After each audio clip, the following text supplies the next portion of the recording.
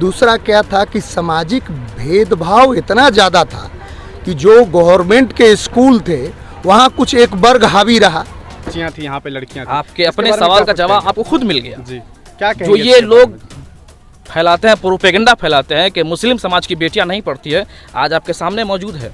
जितनी बेटियां मेरे पास पढ़ती तमाम बेटियां स्कूल जाती हैं। कुछ हमारे अंदर इस बात की ललक पैदा होनी चाहिए हमारे बच्चों के अंदर में कि हमको उसको एजुकेशन दिलाना है, आधी रोटी खाना है, बच्चों को पढ़ाना है और पढ़ो लिखो इंसान बनो, भारत की पहचान बनो। इसी नारे के साथ हमको आगे बढ़ना। जय हिंद, जय भारत। कर रहे हैं। इम्तहान लेने का मेरा सिर्फ एक मकसद होता है कि मेरे बच्चों के अंदर लिखने की सलाहियत पैदा हो जाए, मेरे बच्चों के अंदर सवाल का जवाब देने की सलाहियत पैदा हो जाए।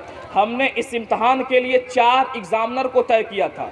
इन 4 एग्जामिनरों ने बच्चों का तकरीरी एग्ज़ाम लिया था और मैंने बच्चों का तहरीरी पेपर बनाया था। तो 2-2 पेपर मैं लिया हूँ और 2-2 पेपर तमाम बच्चों के ये एग्जामिनर लिए। हर क्लास में तीसरा, चौथा, 5वां इदादिया, इनमें हमने 4-4 किताबें बच्चों को पढ़ाई है। दूसरे क्लास में बच्चों को 2 किताब पढ़ाई गई है और पहले क्लास में बच्चों को कुरान शरीफ और पहला हिस्सा पढ़ाया गया। चूँकि बच्चे के जहन के मुताबिक हमने किताबें दी हैं। ये तमाम बातें जो हमने आपके सामने रखी है वो बच्चों के तालीम के हवाले से थी। अब बिला ताखीर हम बच्चों के प्राइस तकसीम कराना चाहते हैं। सलाम साथियों, आप देख रहे हैं हिंदुस्तानी मीडिया। बिहार के मधुबनी ज़िला के बेलवार में आज तालीमी बेदारी कॉन्फ्रेंस का इनेकाद किया गया, जिसमें वहाँ के जो बच्चे हैं जो वहाँ के इमाम अशदुल कादरी के पास पढ़ाई करते हैं, उनकी कामयाबी पर, उन बच्चों की कामयाबी पर ये प्रोग्राम किया गया और इस प्रोग्राम में उन बच्चों को इनाम दिया गया। हम आपको बताएं कि तमाम बच्चों को मेडल दिया गया और कप दिया गया। हम आपको बताते चले कि वहाँ के इमाम अशदुल कादरी ने बताया कि किस तरह से वो पिछले 4 सालों से इन बच्चों पर मेहनत कर रहे थे और इन बच्चों की कामयाबी पर ये प्रोग्राम किया गया और किस तरह इस प्रोग्राम के ज़रिए एक तालीम की बेदारगी के लिए काम किया गया। हम आपको बताएं कि इस प्रोग्राम में आसपास के जितने भी सामाजिक कार्यकर्ता थे वो वहाँ मौजूद थे। हम आपको बताते चलें कि इस प्रोग्राम के बाद एक और प्रोग्राम खातून जन्नत कॉन्फ्रेंस का भी इनेकाद किया गया था, जिसमें मुस्लिम महिलाएं शामिल हुई थी और उस प्रोग्राम में मुस्लिम महिलाओं ने अपने हक़ और हुकूक़ की बातें की। हम आपको वो वीडियो दिखाते हैं जिसमें आप देख पा रहे हैं कि किस तरह से बच्चों को इनामात दिए जा रहे हैं। इसने 350 में से 267 नंबर हासिल किए। इस प्रोग्राम के ख़त्म होने के बाद हमने वहाँ के इमाम अशदुल कादरी से भी बातचीत की और इस प्रोग्राम में शामिल वहाँ के मुखिया से भी बातचीत की। उन्होंने क्या कुछ कहा गया है। इस बीच हमारे बीच यहाँ पर कुछ जनप्रतिनिधि हैं, हम उनसे भी बातचीत करने की कोशिश करेंगे कि आखिर इस प्रोग्राम का क्या कुछ मकसद था। यहाँ पे इस पंचायत के मुखिया जी भी हैं, हम उनसे बातचीत करने की कोशिश करेंगे। सबसे पहले तो आपका हिंदुस्तानी मीडिया में बहुत बहुत स्वागत है। जी धन्यवाद। हम आपसे ये पूछना चाहेंगे कि ये जिस तरह का प्रोग्राम यहाँ पर हुआ है, इसके बारे में क्या कुछ कहेंगे आप? देखिए, प्रोग्राम पहले होता था छोटे स्तर पर, अभी इन लोगों ने 2 साल से इसको थोड़ा विस्तृत रूप दिया है और सीधा मकसद है कि हमारे यहाँ जो व्यवस्था है पढ़ाई की, हमारे यहाँ जो लोग आते हैं, थोड़ा सा इसमें पिछड़ा हुआ जो कौम है हमारा, उसको ऊपर उठाने का काम हम लोगों ने प्रारंभ किया है और इसमें हमारे जो इस समाज के लोग हैं वो भरपूर सहयोग करते हैं और सीधा एक मकसद है कि हमारे यहाँ तालीम जो है, पढ़ाई जो है वो आगे बढ़े। जो तबका हमारा पिछड़ा हुआ है वो आगे बढ़े, वो आगे बढ़ाने के लिए हम लोगों ने ये काम। क्या वजह लगती है आपको आज इस पिछड़ेपन का, जो आपने अभी कहा था कि पिछड़ापन? उसका एकमात्र कारण है कि हमारे यहाँ शुरू से शिक्षा का अभाव रहा है और इस बहुत सारी सुविधाएं पहले नहीं थी। दूसरा क्या था कि सामाजिक भेदभाव इतना ज़्यादा था कि जो गवर्नमेंट के स्कूल थे वहाँ कुछ एक वर्ग हावी रहा। कमोबेश पूरे देश में अभी भी यही स्थिति है, लेकिन हम लोग लड़ाई लड़ने की प्रक्रिया में हैं और लगता है कि हम लोग अब शिक्षा के माध्यम से और आगे बढ़ेंगे हम लोग और उस लड़ाई में हम लोग, और उसी लड़ाई की शुरुआत है हम लोग ने आगाज़ किया है। आप उस दिशा में एक छोटी सी चिंगारी ही सही और यहाँ से हम लोगों ने लगाई है और लगता है कि यह फैलेगा। माना जा रहा है आपका परिवार जो है वो खास करके यहाँ राजनीति में ही है शुरू से ही, लगभग आप 20-22 साल से मुखिया हैं यहाँ। यहाँ जब अभी प्रोग्राम में हम आ रहे थे तो आसपास में जो बच्चे हैं, खास करके यहाँ पे जो बच्चे पढ़ाई करते हैं, वो 3 कमरा है, शायद वहीं पढ़ाई होती है ना, तो वो पढ़ाई होती है। हर जगह पे एक मकतब होता है 5वीं क्लास तक पढ़ाने के लिए, यहाँ शायद नहीं है यहाँ मकतब गवर्नमेंट की तरफ से? हुआ है, लेकिन गवर्नमेंट की तरफ से तो कुछ सुविधा मिल सर आप क्या कर रहे हैं उसके लिए कुछ? मकतब के लिए हमने कई बार हमारे जो स्नातक क्षेत्र के एमएलसी होते हैं उनको लिख के दिया। देखिए आप भी जानते हैं कि मुखिया का थोड़ा सीमित क्षेत्र है, सरकार का जो फैसला होता है उसमें हमारी दखलंदाजी नहीं। हम लिख सकते हैं, हम मांग सकते हैं, मांग करना लगातार हमारे द्वारा मांग की जा रही है, मांग किया जा रहा है। और यहाँ जो यहाँ के लोकल, अगर इसका तो मूर्त रूप देखते हैं ना कि हमने सरकार के द्वारा हमें सुविधा मिले नहीं मिले, अलख तो जग रहा है शिक्षा की, पढ़ाई तो हो रही है। नहीं, उसी शिक्षा के लिए मकतब जो है वो यहाँ के जो मुसलमान विद्यार्थी है, वैसे मुस्लिम कम्युनिटी के जनसंख्या पर निर्धारित करके मकतब देता है सरकार दी आज तक। ऐसा नहीं है कि कंपलसरी है कि हर पंचायत में एक मकतब देना है।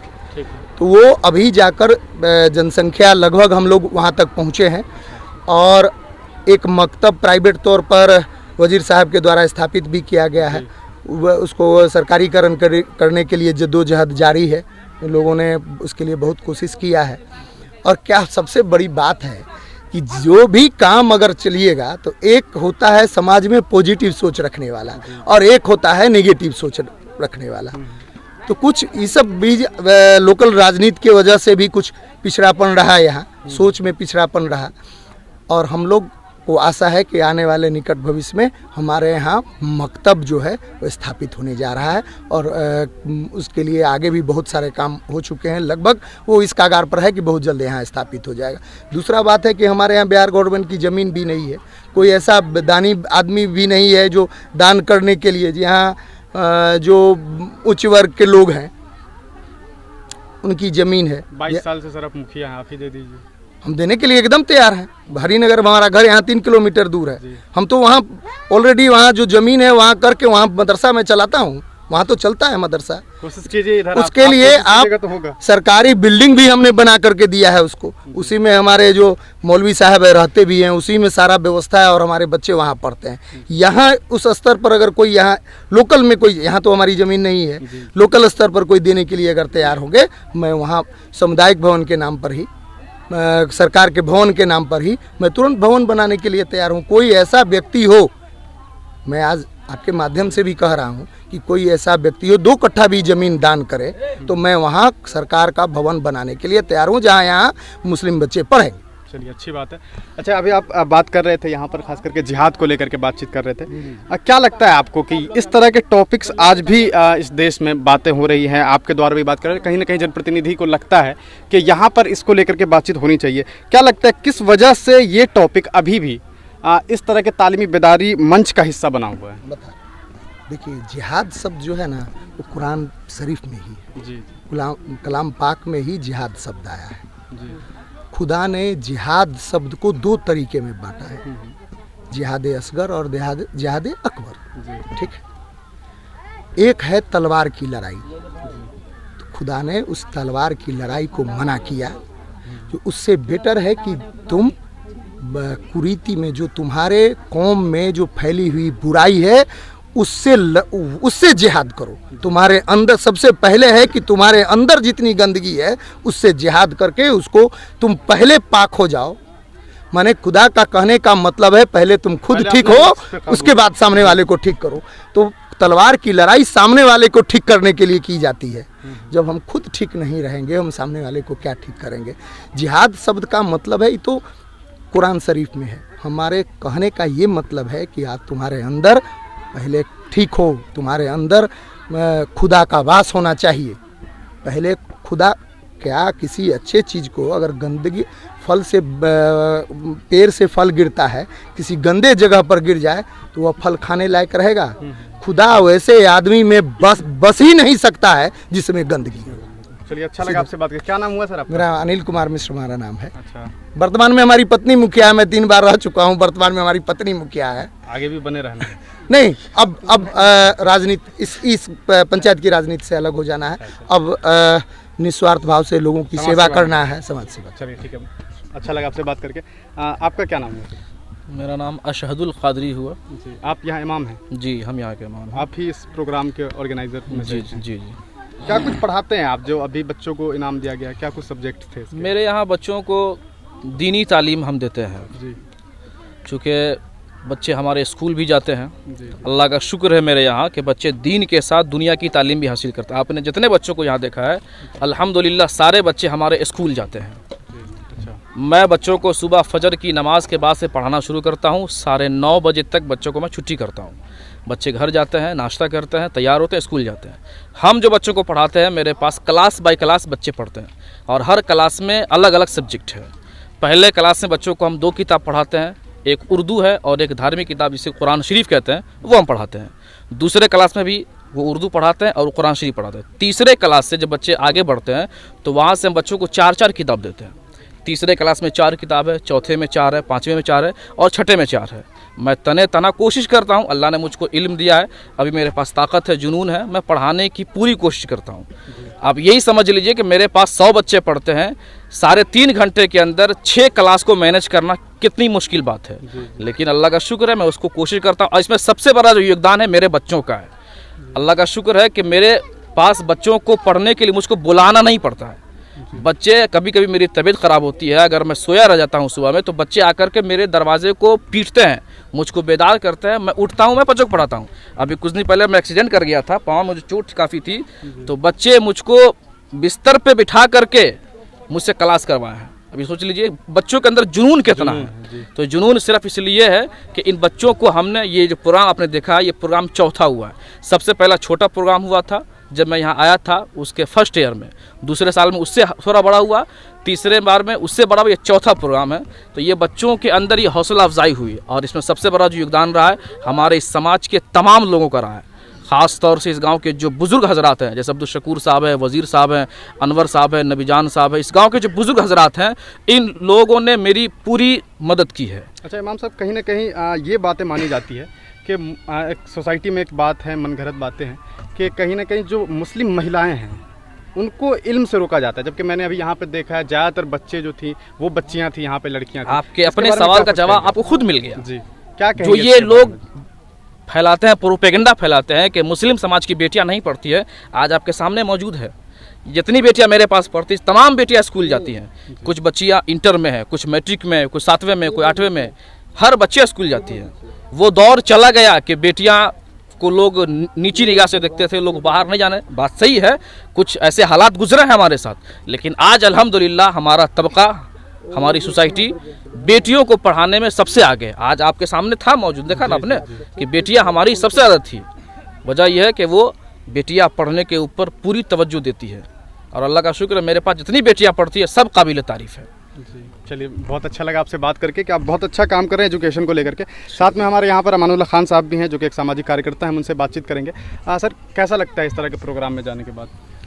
देखिए, प्रोग्राम तो ऐसा ही होना चाहिए कि इससे क्या है कि बच्चों के अंदर एक जज्बा पैदा होता है कि हम, और फिर उसका ये भी खुलता है, जहन भी खुलता है, दिल भी बड़ा होता है कि मैं लोगों के बीच में हूँ, डर उसकी ख़त्म होती है।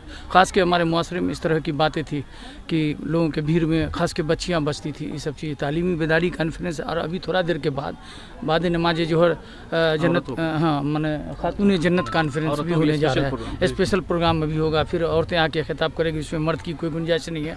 और इसमें तो ये क्या है कि एक नई बेदारी आई है, एक इल्म के प्रति नई क्रांति आई है, समझ आइए। और ये न केवल इसमें, हर वर्ग में, जो जैसा अभी अनिल मुखिया जी ने कहा कि पहले उच्च वर्ग के लोग इस चीज़ को दाबते थे, उन्हें अब वो नहीं है।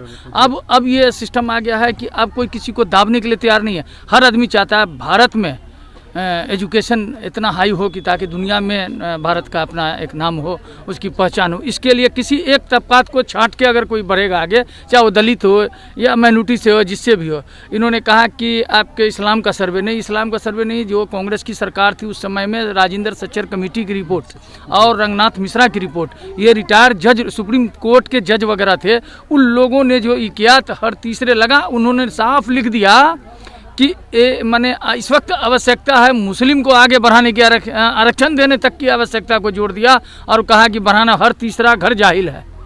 तो ये आज से 10-20 साल पहले की बात है। रंगनाथ मिश्रा इस पर हल्ला हुआ, ठंडे बस्ते में इस मामलात को डाल दिया गया। इस मंच से मैं फिर मांग करता हूं कि राजेंद्र सच्चर की रिपोर्ट और रंगनाथ मिश्रा की रिपोर्ट होगी कि ताकि माइनॉरिटियों की हालात बदल जाएगी और एजुकेशन डेवलप करेगा उसका। और दीनी तालीम के साथ साथ असली तालीम जो दुनियावी तालीम है वो अब पा रहे हैं बच्चे, उसमें कहीं कोई किंतु परंतु नहीं है और बच्चियाँ आगे बढ़ रही हैं। और उसका नमूना तो हम भी हैं कि अभी हम लोग अपनी बच्ची को पढ़ाया, सोच भी नहीं सकते थे। हमारी बहन, हमारे फादर के जनरेशन की हमारी बहन मैट्रिक तक नहीं कोई की हुई है, लेकिन आज हमको समझ आ गई और हम बेदार हुए, लोगों के सोसाइटी में बैठने लगे। तो हमारी बच्ची MBA की है LN मिश्रा पटना से। तो इसी तरह से हमारा कहना है डेवलपमेंट हो रहा है, हम आगे की ओर बढ़ रहे हैं। लेकिन जो खराबियां अभी मुखिया जी ने बताया है, इसको दूर करना भी बहुत ज़रूरी है, क्योंकि हमारे मुआशरे में नशा और जुआ और उससे बुराई चोरी की होगी। ये चीज़ बहुत ज़रूरी है। इन सारी सफाई के साथ एजुकेशन जितना भी हासिल कर लीजिए और अपने अंदर से अपने दरवाजे की सफाई नहीं कीजिएगा तो आपका हश्र बहुत बुरा होने वाला है। और अभी सवाल मुखिया जी ने मकतब का कहा, सही कहा, इन्होंने 3 किलोमीटर दूरी पर है। तो जगह हम लोग MLA, MLC, MP कोई भी फंडिंग से इस काम को लड़के कराया जा सकता है, लेकिन उसके लिए 2 कैटेगरी, मकतब कायम करने के लिए, प्राथमिक मकतब कायम करने के लिए 2 कैटेगरी है। या तो सरकार की भूमि हो, उस पर नो ऑब्जेक्शन आना चाहिए, बिल्कुल कि कोई ऑब्जेक्शन नहीं है। या तो फिर कोई डोनर हो, डोनर राज्यपाल को लिखेगा, उसके बाद ये वैलिड हो जाएगा कि अब इस पर बनाया जा सकता है। तो उस वक्त मुखिया जी के काबिज से, हम लोगों के काबिज से यह काम हो सकता है बड़ी आसानी से।